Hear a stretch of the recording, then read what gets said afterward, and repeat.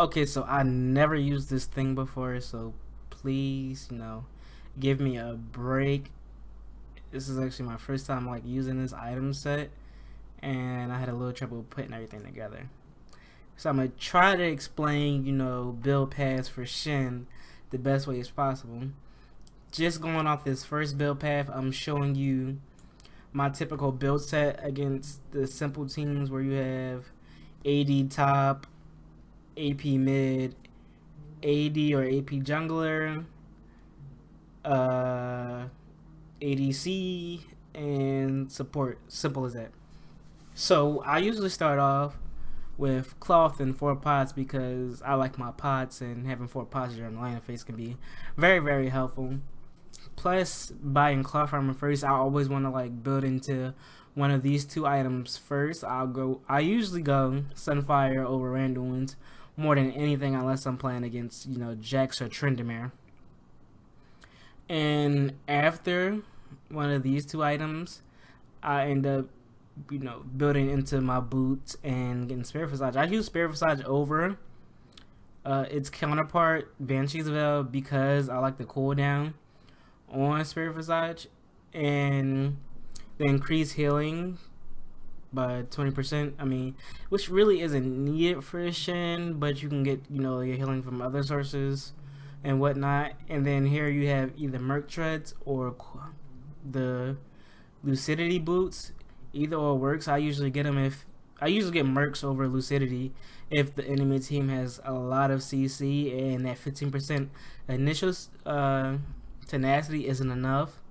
But you get reduced summer spells from these boots.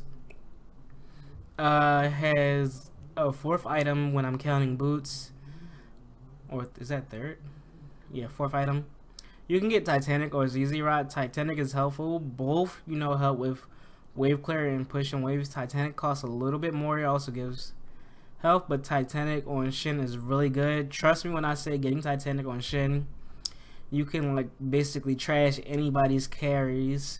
Has Shen by yourself. Not to mention your W stops auto attack, so it's whatever.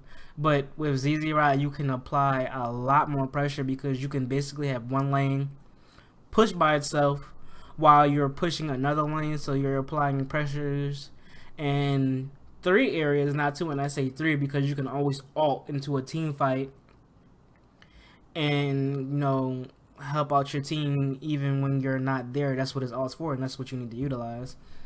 Then when it comes to final builds, I usually go around like my 5th item. I like getting Staircase Gauge usually because Stairs Gauge is for tanks who get focused, and yeah, you may not get focused, but it's definitely helpful because of that really big shield and that attack speed increase, and you're just tanky as hell. You don't die. It's really hard for you to die, and it's just like really it's a really helpful item. I mean, they kind of nerfed it, but I think in particular it's still a really good item, especially when like things go to shit or you get caught out.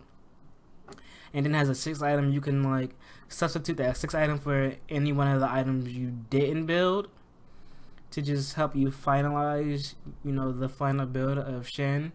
And next I'm gonna just go over something simple like my build set path for all AD comps. Now, if in any case you're Shen and you're against an all AD comp, this is my typical build for against all AD comps. Usually what I do here is, again, first 2 build sets are kind of the same as the last build set I showed you. I get cloth armor 4 pots because I want as many pots as I can, especially for laning phase. And in this particular case, I usually get Randuin's over Sunfire, just because if I'm going up against all AD comp, there's bound to be a lot of crit. Plus, you get this slow, the attack speed reduction buff because getting Frozen Heart on Shen is kind of useless in a sense. Not really. It can go either or depending on how you see it because you don't get mana.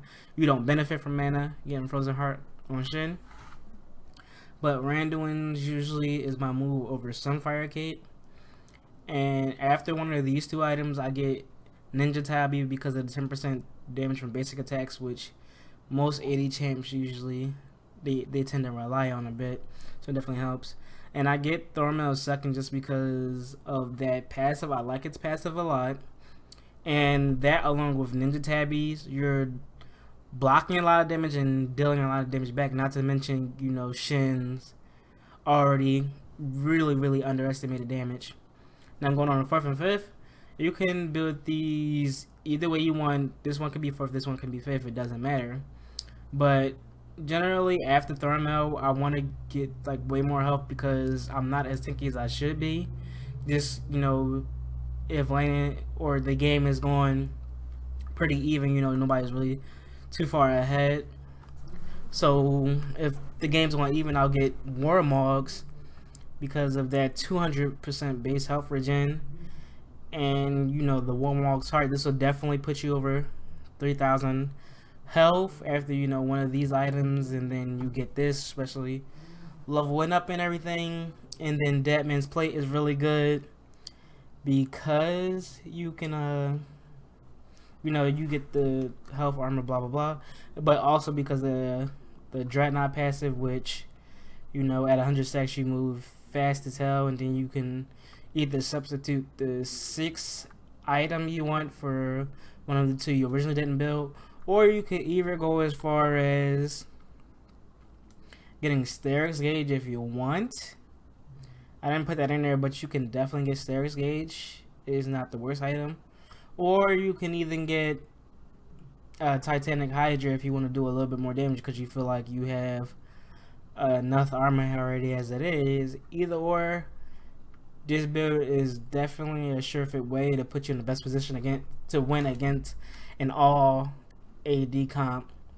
So, as of right now, that's all I have to say about Shen. I do hope you learned a bit of something. And if you check back in later on, you'll see an Echo tutorial video because he's the second champ. I plan on breaking down and showing you, you know, just how to play. So if you feel like you learned something, please let me know. If you feel like there's something I could have done better or something I didn't explain thoroughly, please drop a comment down below. I'll answer any questions you have. You know, thanks for watching. Subscribe. We do have a lot more stuff other than tutorials that we do, and I do hope you enjoyed the video. I enjoyed talking about it. But until next time, Where's Fluffy is out.